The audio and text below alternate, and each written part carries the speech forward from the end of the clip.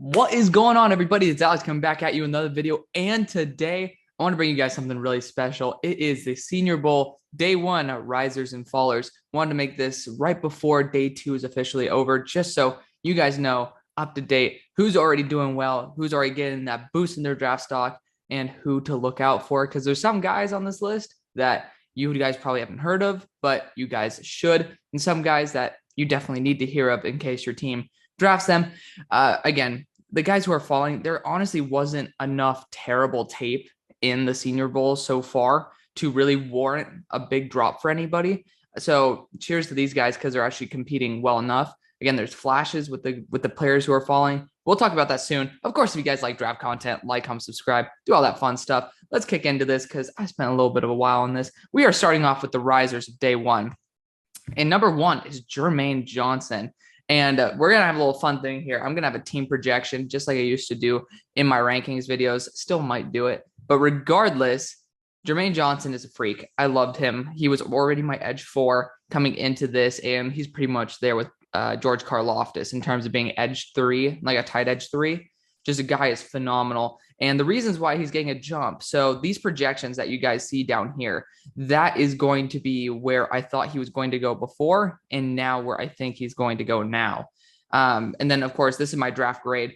I do base it off of a pretty tough scale. 5 out of 10 is average. So when you see somebody have a 77.5, that is rare. So don't think that I'm already dogging on Jermaine Johnson here. I'm as a mid first right now, but the guy is an absolute beast. You got to see how he was able to just light up Darian Kinnard. He sat him on his tush. Granted, Darian Kinnard came back, and we'll talk about him soon, but just seeing how explosive he is, how he was able to use his full length, fully extend his arm out there and be able to create his own separation. And then you saw the spin moves and the swims. All of that shows he's a very balanced, ready Day 1 edge rusher. I would draft him easily early in the first round, early to mid.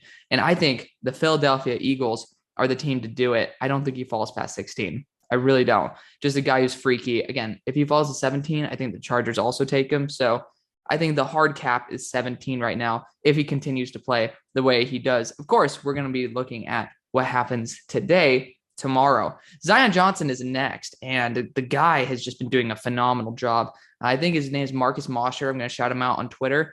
He has been posting a lot of videos of this. Of course, I have virtual access to this, so I also see it. But when you just get to see these particular reps of Zion Johnson going to center and still balling out, going to guard and balling out, having a great anchor. So that is what is going to boost your draft stock here. And I think the Bills are a perfect team for him. I know a lot of people have been doing that. I think he goes as high as probably in like that early 20 range, maybe to the Cardinals, who are looking for a guard replacement. Just the guy has also played left tackle. His arms are a little bit too short, and he's 6'2". So that's a little bit of an issue, but this guy has certainly thrusted himself into that first round conversation. I had him graded as a 70.25, but given his boost and versatility, given how he's been able to develop his anchor overall, which wasn't a big issue for me anyways, he's definitely going to be taking a little bit of a jump there, probably into that 73 range, which is starting to test around that first round range. So number 3, we got Calvin Austin, somebody who I have not gotten a full deep dive in yet, but man, actually we didn't even talk about, we talked about the Bills getting Zion Johnson, but this is a guy who I honestly didn't study enough of. And from the people who are talking about him on tape, they're talking about how he's having good body control, and he's not that large of a guy. So when you hear that immediately, it's like you kind of turn off. But I did see Calvin Austin before. I've had his name written down. Just I never got to do a deep dive on him, and seeing him in these one-on-one drills is phenomenal. Just he has the speed, right? And I'm not even going to say that's the number one reason. Everybody knew he had speed. The difference is how loose he is when he's moving. He just has full control of his body. And it's not like the body control at the point of the catch. It's a body control in the routes. And you just see he creates so much micro separation, and it's great. It's great. You just get to see him always remain open. To me, I think he might be thrusting even higher than my new projection for him in the early to mid third. I think he might be jumping above guys who've just gotten ACL tears like John Mechie, because this guy is electric, especially if he tests a low 4.3s. The team I can see doing this are going after him is Dallas Cowboys, losing Michael Gallup, always in need of a splash player. And honestly, this is a guy who's going to be able to stretch the field, learn from Amari Cooper, learn from CD Lamb. He would just be a really fun guy to add to that roster. Another team I could see, the 49ers, obviously looking for another weapon there. You got Juwan Jennings, you got obviously Ayuk and Debo, but this guy could be another difference maker on that squad. Just a really fun player to watch. Again, also another thing for the Dallas Cowboys, they are right near SMU, and obviously Memphis plays at SMU all the time, and it's just kind of a known rivalry right there. So it's far from out of the range for the Dallas Cowboys to be able to scout. Number 4, you got Devonte Wyatt, who has done a phenomenal job. Just a guy who has unbelievable athleticism for his size, over 300 pounds, 307, if I'm not mistaken. Just you see the length usage, you see the burst, you see the rips. He just makes interior offensive linemen look silly. And basically, you were talking about how Osa Odigizua was looking pretty good last year. Devonte Wyatt blows him out of the water in terms of how well he's playing. And we know Osa has been doing pretty well so far. So this has been a phenomenal jump for him. That being said, I think we all knew he was a very talented interior defensive lineman. And I actually have him graded above Jordan Davis anyways, but I think he might be getting a little bit of a jump. And I think he could be going to the Falcons in that mid-second territory where he can pair up with someone like Grady Jarrett. I would love that a lot. Let's continue here. Bailey Zappi. This guy has, the only reason he's getting a boost here is just because people are seeing him do it against higher level talent, right? Like he threw for, I think, 60 touchdowns or something crazy right there over at Western Kentucky, but he never really put it together with the NFL level talent. So obviously he doesn't have a cannon for an arm. That's my biggest issue with him, but he has a strong enough one to be able to put it right on the money deep. I just love it. And you saw Matt Miller comment multiple times on how perfect the deep balls are. That's been my big favorite thing about him. You can check out on the video that I've already done with my QB rankings, because there's another one who's going to be showing up in here too. But that's going to be the top 5 guys who are the risers, the winners of this day. Now we're going to do the fallers, top 5 fallers. You guys are going to get 2 for 1. But yeah, number 1 is Trevor Penning. There's a rep that he just completely messed up on, right? Like you look at it and he threw the defender into the back of Desmond Ridder's legs. It's like, one, you're going to get cut after doing that if you hurt your quarterback like that. It was a bad temper play, or just bad technique. The guy stood way too tall. The defender was right here in his chest and in his belly. And then he just takes him. First off, that's a hold. But then he throws him, and then he doesn't even know where the quarterback is. And he throws him into the quarterback. It doesn't make sense. He didn't look like he was comfortable in an NFL pocket. That being said, the power is still there. He still could throw a guy, right? So I had him graded at 61.25. And I don't think that's changing. Nothing that I saw on this day changed my mind. And this was a big tester to see, is he going to go up? Is he going to go down? He showed the things I knew he had, and he showed the flaws I knew he had. So pretty happy to say I was on board with the not Trevor Penning round 1 guy. Of course, I still put him in the first here and there because 1, the tackle class isn't very deep, but 2, the strength is undeniable.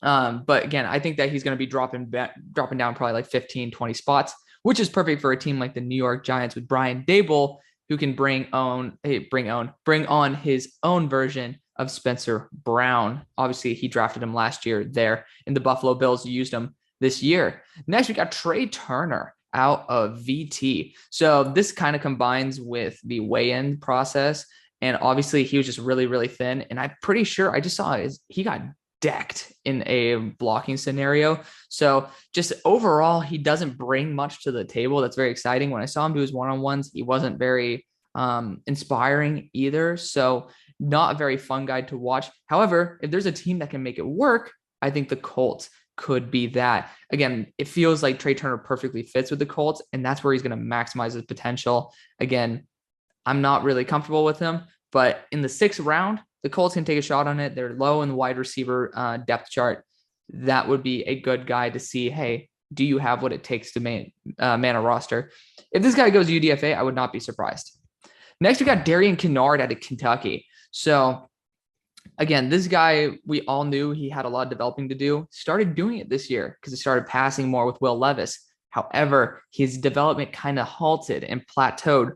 So, he has the power and he has the size, 340 pounds, right?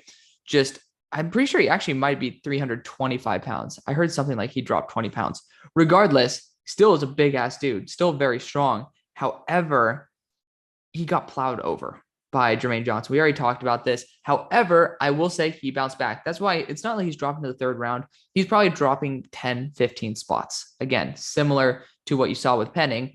Like we all knew he needed development, and he went up against a 5-star pass rusher. It's what's going to happen. And again, he actually came back and had some good reps there. So I think he fits perfectly with the Ravens. I love sticking him to the Ravens. And this honestly isn't even based off of my own mock draft. I just love the fit. Just a really, really good boost of an offensive talent or offensive tackle talent on the Ravens roster for a team that runs a lot. And that's really where Darian Kinnard is going to shine for you. He also is going to be very good in pass pro given time. And I don't think the Ravens would be too shabby having a new tackle there. Again, you could also use him as guard, but I don't think he's going to be a good guard. I think he's going to be good as a tackle. And again, he's just kind of built a little bit more for what the Ravens would like to do.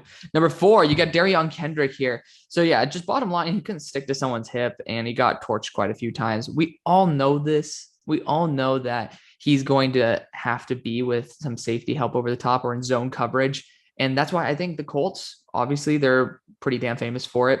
The Gannon type of defense, that's exactly where he's going to make it work. And I think he fits perfectly, similar to Xavier Rhodes, but I have not done an official draft comp on him yet or a draft grade. Just obviously, we've seen enough of him in the playoffs and stuff. But yeah, I think he was supposed to go in that second round. I think he's going to slip a little bit to the third, which is kind of perfect for a team like the Indianapolis Colts. And finally, ending off the fallers, this Desmond Ridder, not really because of how he performed, but because we obviously know he was not special. You saw how he was next to, I forgot which team he's actually on, but he was far from the best quarterback, even in his group, let alone the whole entire Senior Bowl. That is automatically going to show teams, since it's a direct comparison between the two, he's not it. And as you guys see, this is my draft grade before the Senior Bowl, by the way, guys. I'm not trying to like kind of curve to my aesthetic here, but Desmond Ridder, I mean, he's exactly what we thought. He doesn't have great accuracy. Even on a ball that I saw from Desmond Ridder where the wide receiver caught it, it was still like you had to reach up and go full extension on an out route. That's off target. Like, yeah, you can get it enough on target where it's accurate, but it's not precise. You guys know what I mean in science classes, that BS type of difference between accuracy and precision, but you're not putting it in the right spot. And to me, that's either A, going to get your guys hurt, or B, that's going to become a tip ball and it's going to become an interception. I think that he goes to a team like the Saints that they kind of have a little bit of a delusion with guys like Taysom Hill, but they like guys with strong arms. You got like Jameis Winston has been there. Obviously, that's like free agent acquisition. Then again, I mean, you could talk about Teddy Bridgewater, Drew Brees not having the craziest arm talent. But I think that if you're looking for a developmental talent, Desmond Ridder is going to be a lot better than Ian Book. So yes, me as a Desmond Ridder hater, I thought he's 1,000 times better than Ian Book. And he has a really good winner mentality. He's going to do very well during the interview process. Still think he goes in that early third range, but I can see a team like the Saints trading back or trading up to be able to snag him, get a guy on a rookie deal and test him out. I think he'll be a better project than what Kellen Mond was. And I was very iffy on Kellen Mond. So that's going to be the video, guys. Thank you guys so much for watching. I really appreciate you guys. See you on the far side. Peace.